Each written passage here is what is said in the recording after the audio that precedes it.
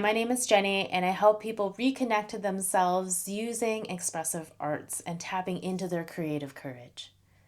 I'm so excited that you're here. So I'm just going to dive right into it. This is my dream space. I have so often found myself feeling lonely, isolated, depressed, and unable to express myself in a group of people. So today I'm going to share a story that talks about my journey and how my experiences relate to this program and how it's come about today. I'm going to be a little bit vulnerable, so I'm going to share a personal story with you. And hopefully it kind of encompasses everything that's happening here in this community space. Back in the day, I had a lot of pain. I held it emotionally, physically, spiritually, in a lot of ways, and there was no place for me to release it. I suffered from anxiety, depression, codependency, attachment issues, and low self-esteem. My mom lives with a mental illness that I never really figured out until I went to psych nursing. Maybe that's why I was there. I ended up using drugs and alcohol at the age of 13. I was removed from home and lived in a group home. And I spent some time living on the streets as well. Not a long time, but there was a rough patch there. The very first thing that I noticed that I did is I went to the dollar store and I bought these black and white camouflage journals. And it was something that I carried around in my backpack.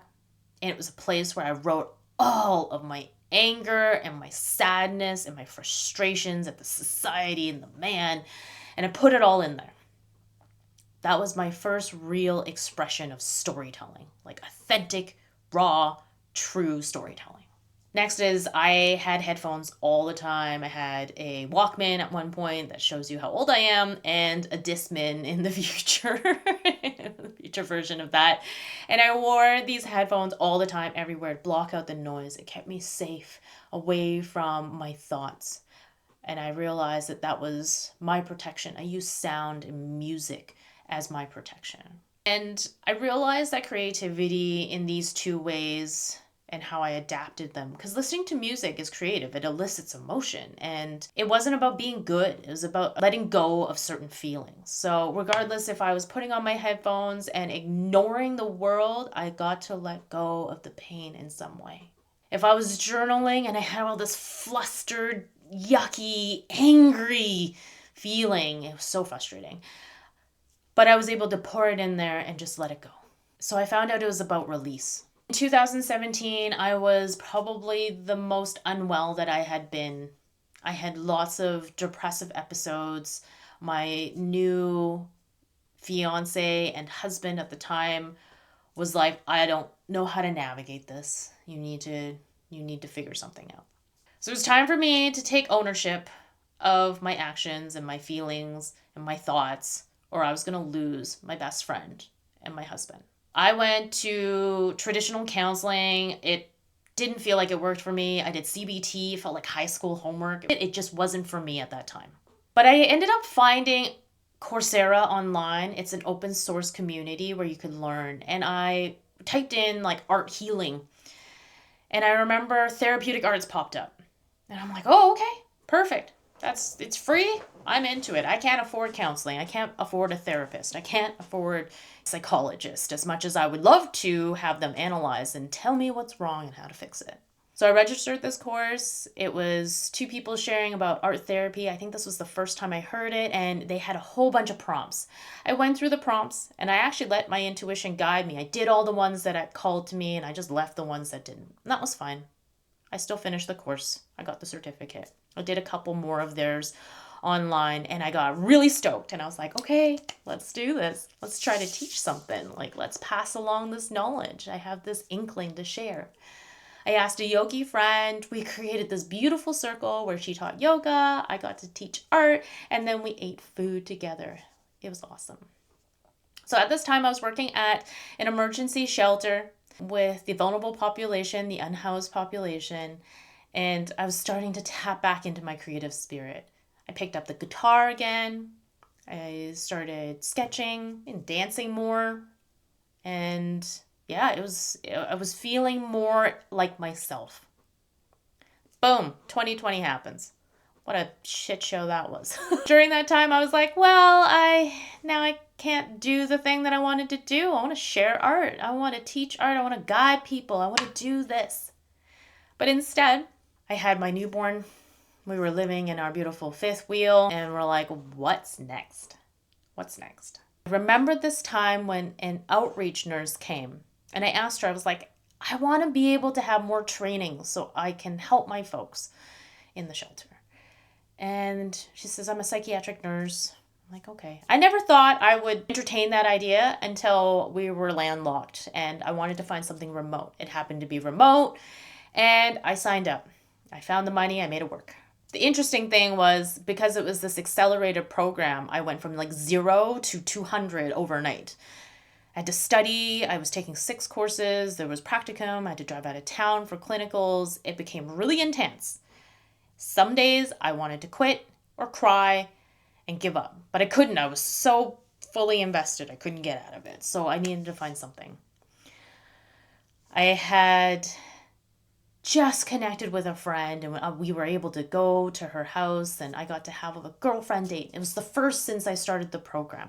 It was right around Christmas. It was super cold outside and I was like, what are we going to do?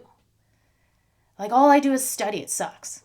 And she was just like, shoo, cleaned off the dining room table, threw out a tablet, pulled out this paper, brushes, and she was just like, let's go.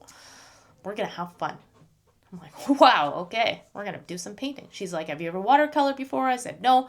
Awesome. I'm going to show you this lady on YouTube. Her name was Sarah Cray. And we started painting. I drew some very triangular looking mountains. Didn't really look like mountains. I don't think I kept that piece of paper. But at the end of the day, she gifted me, at the end of that date night, she gifted me 2 brushes and a little tube of paint. I'm like, okay. Stressing out at home, doing my nursing, and I watched Grey's Anatomy. I started watching it from the beginning to help me decompress. It's funny to me that I would watch Grey's Anatomy during nursing school. Either way, I digress. One of the nights I was like, you know what? I'm feeling super stressed. I'm really anxious about this quiz tomorrow. Or I believe it was a final and I was freaking out. I'm like panicking. And I'm like, I'm going to look at one of these videos. So I look it up. I do one of her tutorials. I create this beautiful painting and it took me less than an hour. And I'm like, whoa, that's pretty cool. And I felt so much calmer and grounded. Next thing I know, I was doing another one and another one and another one. I was kind of really into it. I kind of got really into it. But the best thing about this is what it gave me. It gave me the space to release the stress of the day, release the stress of the pressure, and release the doubt that I was going to fail this program. It gave me a place to be safe, to let go. I think that's a good place to stop. So through this journey, I discovered what I call creative courage. Is what you see today. But I didn't have words for it then.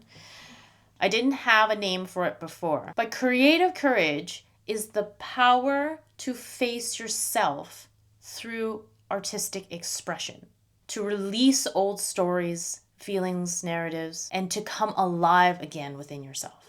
So if you're feeling stuck, I've been there, or intimidated by creativity, you're like, whoa, I don't think I can do that. Or you're overwhelmed by self-doubt, thinking I'm going to fail the program all the time. That inner critic, that I ain't good enough, that I can't share my art and nobody wants to see it. Been there too. And you were disconnected from joy or self-expression, lost in a place where you feel the need that you have to heal or fix something about you. My lessons here were that creativity was the medicine. It gave me a portal. It gave me a doorway to throw things out of. It wasn't about perfection.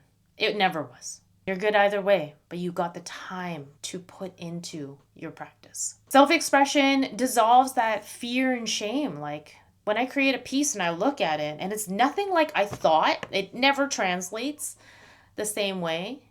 It kind of gives me permission to just be okay with the void, to surrender.